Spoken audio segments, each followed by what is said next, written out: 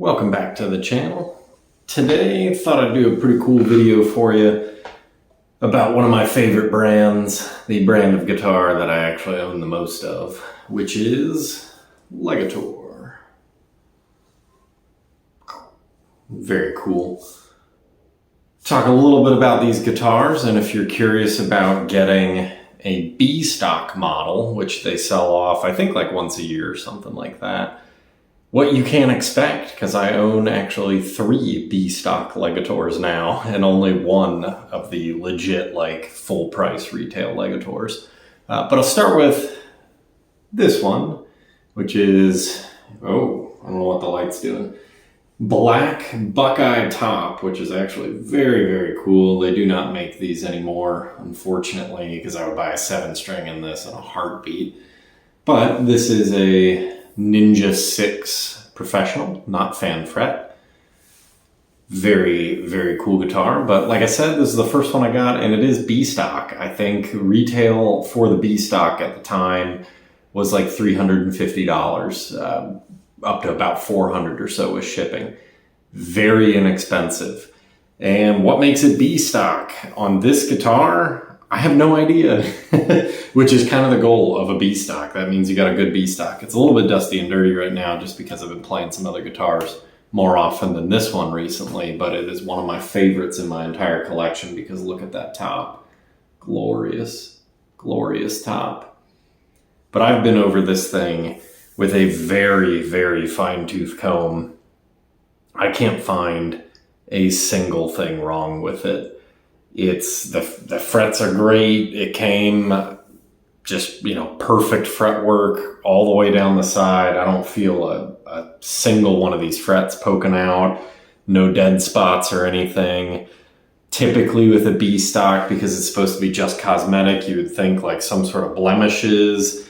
I don't know how well you'll be able to see the back here because it is very dark and my camera keeps doing weird things with the light, but perfect. See just some fingerprints down there from me touching it right now.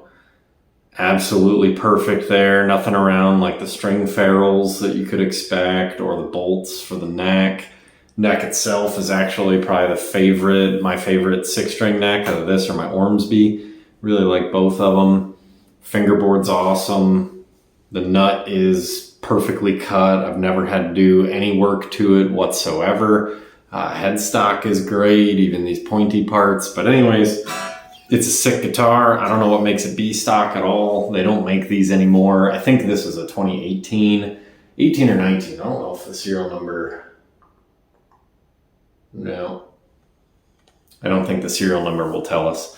But this is made in South Korea. So very, very high quality, gorgeous top on it, of course. The back looks sick. Just a really good guitar, and we'll kind of work our way down the line. I actually liked that guitar so much when I got it that I bought this one, which I think you've probably seen in some videos before, though I think you've seen the last one in some videos too. And if you follow my Instagram at Stuart Damon Books, you'll see tons of this guitar because it is one of my daily drivers. I love it. And ended up actually ordering this one, I believe the same week that the black guitar came in because I liked it so much and they're still doing the B Stock sale. And this one was the exact same price. So it is a 7-string, it is the Ninja 7 FP, which I believe just stands for Fanned Professional. And at the time, and I'm pretty sure this has changed, but at the time, professional just meant better fingerboard quality, like the wood. And all the other ones, which I believe are just standard S, had maple fingerboards, and then the professional series had ebony. This one doesn't have ebony though, it is Purple Heart. And this entire guitar, and you can see it really well in the back, is Purple Heart. That's it, it's the only piece of wood they used. And it is nuts. Gorgeous back on it. Like I said, it's a daily driver, so this one has some nicks and dings from me. You can't even see it, it's so small. There is a little, there it is, a little ding right there, but can't even see it. That's just from me, that was my wear. And this one, again, B Stock. The question is, what the hell makes it a B Stock? And all I've ever been able to tell in this one, and it might be so small that you can't, but this top bolt right there, if I can get it in the light a little bit, the top bolt, it looks like they chewed up the little like area where it goes in. So the wood, not the actual metal of the bolt, but the wood was actually chewed up a little bit when they drove it in. I find it hard to believe that that is B stock. I feel like that's just kind of a thing. Either way, it doesn't bother me at all. And then the only other thing is right on the top here, if you can see it, the light kind of catches it right where this little knot in the wood is, just to the side of that. There's a spot that's just a little bit lighter in color. And it's not a crack or anything because you can't feel it. It's perfectly smooth. It's just part of the top, but it's a little like line or grain or something that's just a lot brighter than the others. Beats me. And there's some other streaking kind of like that through the wood. But again, this is just a piece of Purple Heart. So it is all that glorious wood grain. And this thing is just a killer guitar. It's awesome. I know a lot of people that get Legators pull these pickups out. I like the pickups a lot. If you've seen my other videos, you also know that I don't put a whole lot of stock in pickups, at least for decent pickups are decent, but all decent pickups are kind of the same. That's just how I know people hate that, but that's my take.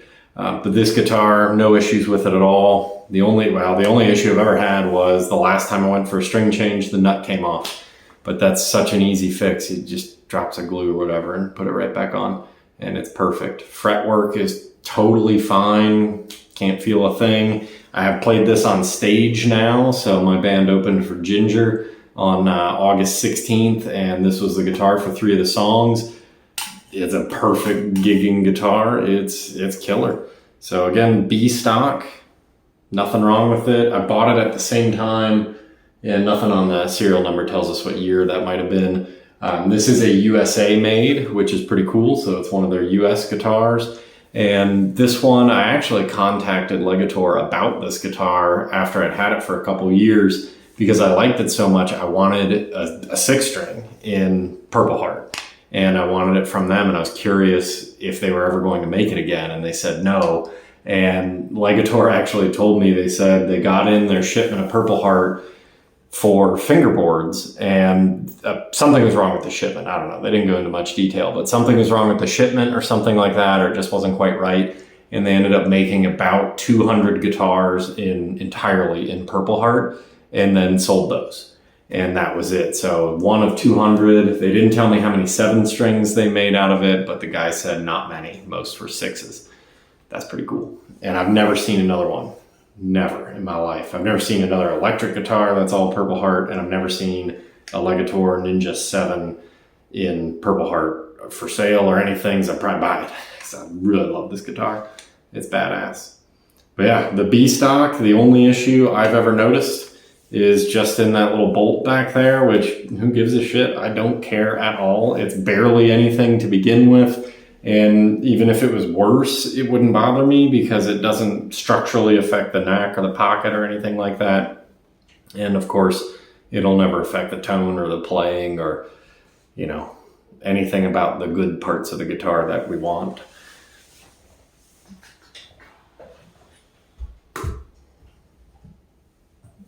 All right, recently, and you might have seen these on sale, I picked up this Ninja 6 fan fret. So this one, I don't think the serial number, oh, it does say 22 on it. Nice. It's a 2022 and it is made in China. So their production, I've got a South Korea, a US, this one is China. It is B stock. This ran, I think with shipping, right around $350. So not that bad for a fan fret 6-string at all. This one came with some issues. We know why it's B stock, which is kind of interesting because the other ones we don't. Right on the top there, you can see it a little bit where the light kind of plays with it. Oh, there we go. The light caught it for just a second. There's a big old paint run right down there, which is kind of wild. Personally, does that drive me nuts? Yeah, a little bit. Is it a big deal? No, it's just not. But They let the paint run down the side. They didn't fix it. They didn't see it, whatever. That's the only spot of paint issue. And this finish is actually really nuts. A lot of fingerprints on it. I've been playing this one a lot lately. Looks real gold brown kind of there. And then in certain ways, when it catches the light, you get like a dark maroon color. It's like that color shift pigment, whatever they call it. I don't know. It's going to be impossible to catch on the camera, I think. It's just going to show up gold. But at certain angles, certain distances, this thing looks dark red without really any gold or brown or any of that in it at all. So very cool. Obviously, we've got the maple neck and fingerboard. The back of the neck does feel great. I'm not a huge fan of maple, especially on fingerboards. This one, I mean, my preference is really aesthetically. It's not really playability or anything. But this actually came with a couple other issues too. The first string was too close to the bottom of the fingerboard here on the treble side. So that first string playing anything, especially with any kind of speed, would constantly snap off the fingerboard and hit those frets and made the first string unplayable. Turns out that was a fairly easy fix. It was back out these screws on the back, readjust it, wiggle it around a little bit and tighten them down where it's in a better spot because it was just a little crooked. So the neck came a little crooked. But we don't end there. It came with one other issue as well. So that one was an easy fix. The nut on this guitar was very poorly cut. It was high by like a millimeter and a half, which is kind of insane. And that just required filing. And so filing the nut down, which my good buddy Gideon Mackey, if you in Lexington, Kentucky, hit him up. He's the best luthier in town. And he took care of that just fine because I don't like trying to mess with guitar nuts. But filed it down, guitar plays really well, sounds great. These pickups, a lot of people, like I mentioned before, a lot of people pull the pickups in Legators. I think they sound just fine. And this guitar, since it is fan fret, it is strung with 12s and it is currently in C standard. So it is pretty low. I had to look at the tuning. I'm trying to work on some Inferi tabs right now. And that's the guitar for it. But plays really well now that the issues are figured out. And one thing that they've done since I got my other Legators is locking tuners. Isn't that nice? I love locking tuners. They're not that much more expensive than normal tuning machines, normal good tuning machines. So I've never really understood why companies, especially boutique makers and high-end makers, why they don't just always do locking tuners. It should just be the standard. That you should have maybe an option if you don't like locking tuners, okay. Have an option on the website when you order, say you want just traditional tuners for the same price, but locking, they cost what, $10 more a set, maybe. And if you're buying them in bulk like a guitar manufacturer would be, or making your own in bulk, it's not going to be any different. It's the same amount of material. They're probably just, in a mold or something and cast. And clearly I don't know about manufacturing metal components, but you get the idea. So that's the B stock on this. It has that paint run there. Ooh, there you go. Caught it really well. So right down the side, it's pretty significant and that'll drive a lot of people nuts.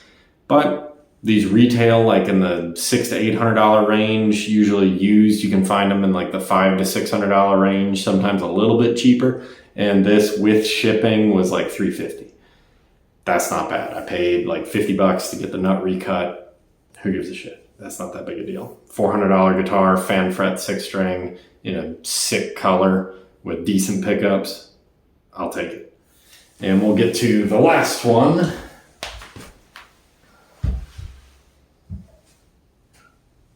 I don't think this guitar has made it into a video yet.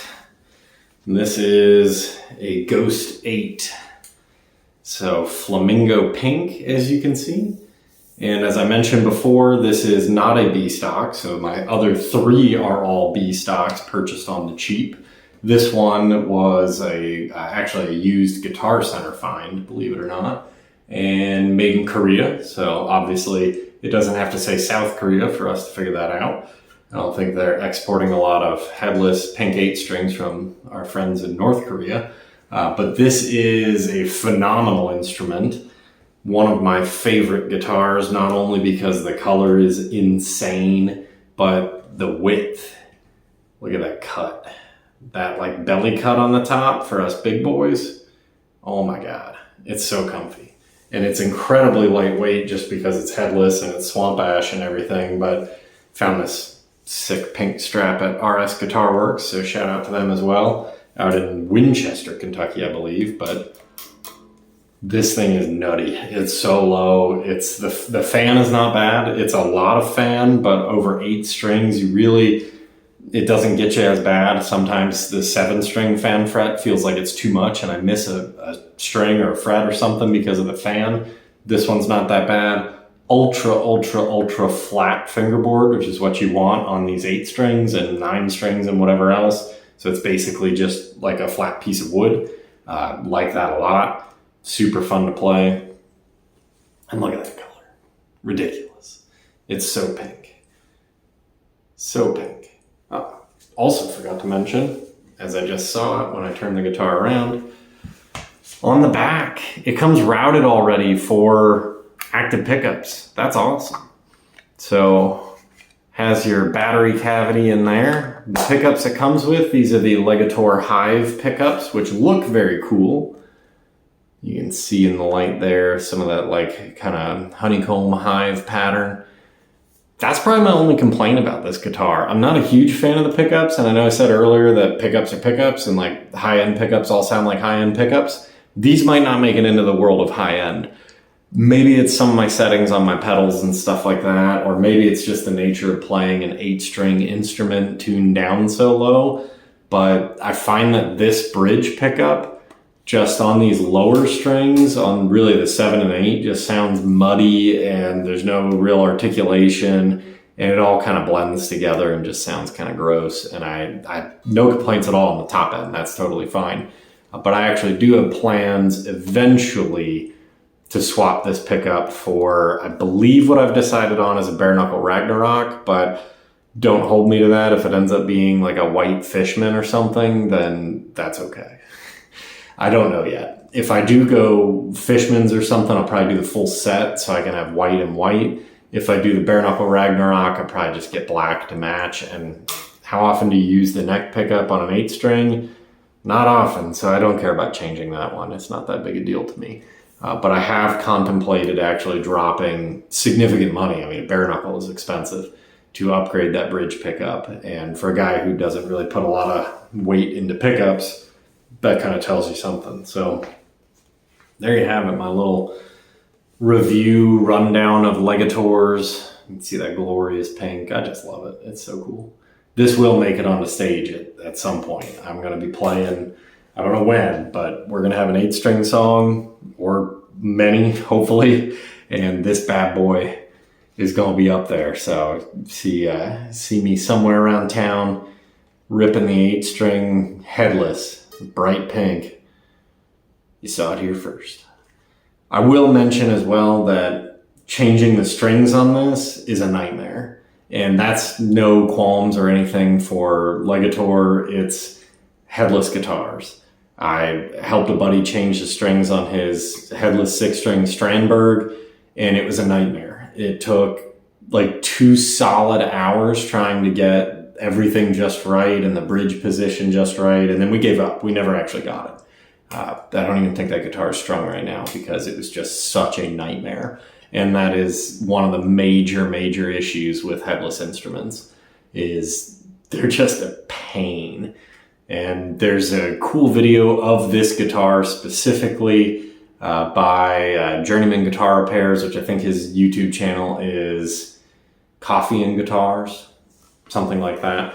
And he has this, he did the very first setup on it for me because I didn't want to deal with 2 truss rods. So you can see right there at the neck joint, 2 truss rods. I didn't want to risk it and mess with that, and he's the pro. So I don't mind setting up guitars, but if I've got something expensive like this and 2 truss rods, I want it done right and I want it done professionally. This system down here at the end for stringing, you can kind of see, yeah, you can see like on these 2 strings, I've been fiddling with the tuning on this a bit and trying to change it around and do some different tunings, and I bottomed out a couple of the strings. And that is another risk with headless guitars. The range that you can actually tune the strings to is limited by the hardware. So keep that in mind if you're looking at buying a headless instrument. And up here, I guess it's not really the nut. The nut's here, but the end piece, top piece, I don't know what you would call this because it's not a headstock. It's, I don't know. This piece, this black piece, is metal, which is good because you want it to hold up and everything. But that means you cannot file it down. So if your strings are too high a gauge or anything like that to actually fit in there, you just can't use those strings because you cannot increase the size of this. You don't want to be filing on that metal. Or I guess maybe some people do. I don't know. I won't. But on a normal nut or something like that, if you got a tusk nut and you want to file it down to add some bigger gauge strings in there, it doesn't matter. And you can get a tusk nut, like a blank that you're going to cut yourself or whatever, or have somebody cut, is like, I don't know, $12. They're not expensive. So even if you screw it up real bad, you're not out, $12 versus like a $1,600 guitar is not that big a deal. But this top piece, I wouldn't even know where to get one to replace it. And that's one of the reasons why I would never want to try to modify it, because that metal, and you start getting into there and something goes awry, or you made a miscalculation or something like that, and you made it, you made that slot on top way too big, and now no string fits except for a bass string. I don't know what you do. I guess you contact Legator and you're like, how much for a new one? Or maybe send the guitar back to them and they send it to you. I don't know. But there you have it. So my rundown on headless guitars. If I ever do get another 8-string, which I may at some point, it will have a headstock on it. And honestly, I think this would be the only headless guitar that I'd ever own, just because it is a pain in the ass to get them strung, to get them set well with, tension and tuning and intonation. It is a pain, and it's kind of hard. I can actually demonstrate it as well. If you're, strap's coming off. If you're sitting here playing or something, you're like, oh, that string's out of tune, let me change it. And you've got, you're striking the string with your left hand and tuning it with your right, or alternately, tuning the wheel down here with your left hand and playing the string so you can hear it with your right. It's just not comfortable. It's not normal. It's not great. Like, I hate tuning this thing. But I do enjoy playing it quite a bit. And like I said, you'll see it on stage. So speaking of which, a little shout out to Complex. That's the band. We got another show coming up end of October at Al's Bar in Lexington. Going to be a 6 show. Going to have a handful of other metal bands on the bill with us. And that one's going to be a lot of fun. Probably a lot cheaper than the Manchester Music Hall show that we just played as well, even though that was incredible. So hope you made it out to that.